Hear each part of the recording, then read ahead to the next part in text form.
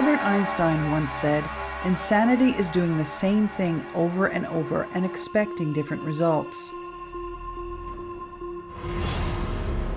Quit or die has become a mantra of many in public health who want to maintain the status quo, even if it isn't actually working to help people stop using combustible and unsafe oral tobacco. But why is that so? Most of the experts in the field, from the World Health Organization all the way down to non-governmental organizations, are unduly influenced by the money from philanthropists and their foundations.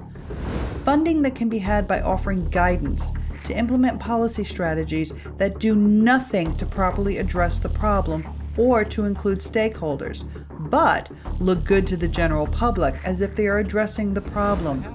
There's no reason to run a risk that can damage your health for the rest of your life until the science is complete. It's not about the evidence. I naively thought, well, we'll show them the evidence. Here is the most popular quitting aid in the Western world. Here is the most effective quitting aid. And it's an aid that people are willing to use, and it's working. And you would have thought that would do the job, but it's clearly a lot more than that.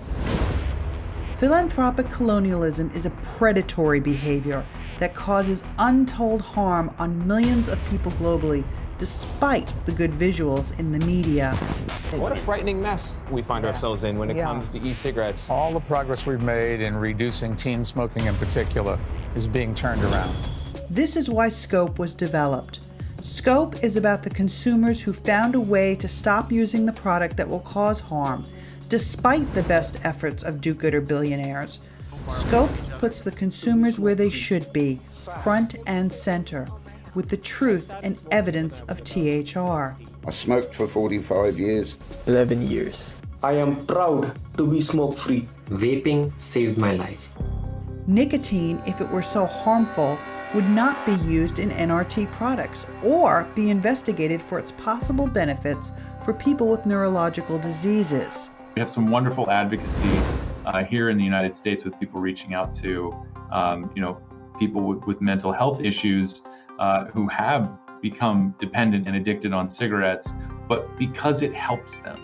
And so I think that's kind of what we're looking for here. The FDA calls teen vaping an epidemic. The government has declared a teen vaping epidemic. If they're not vaping, their friends definitely are vaping. Youth are not vaping at epidemic levels, nor is vaping a gateway into smoking. But it seems as if tobacco controllers are trying to create a problem where it doesn't exist. This is where regulators don't understand. They don't get it, right? So when you take flavors away, the kids are still going to get the product because they want the buzz. So what are they going to be forced to get?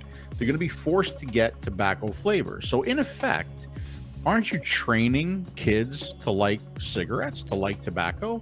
You know, I mean, if you're worried about, if you're worried about kids going from vaping to smoking, aren't you creating that pathway? Isn't that what you're doing? Flavors in vape liquid do not entice children to vape. Adults like flavors too. They know this. Otherwise, why would Nicorette gum come in a variety of flavors? Part of our sensation of getting away from cigarettes is the fact that it doesn't taste nasty anymore. That's so true. I think that's extremely vital. Whether you're 2, you enjoy a cherry, or whether you're 90, you're enjoying a cherry because it's sweet and delicious. At the end of the day, the people who are blocking innovation and access to innovative products are going to have blood on their hands of the millions of people who were denied the human right to make informed choices for their health. It is so cruel what you've done just to people, to smokers, that you're basically blocking them from switching over to a proven safer product. There is no denying how much safer vaping is over smoking, and you are doing this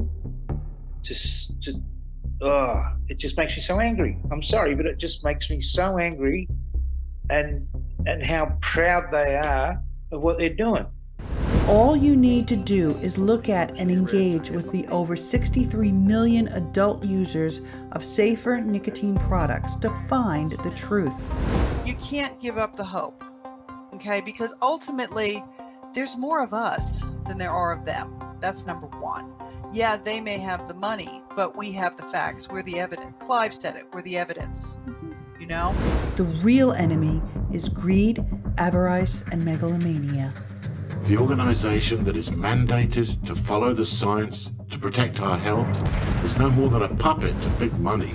Our health is not for sale.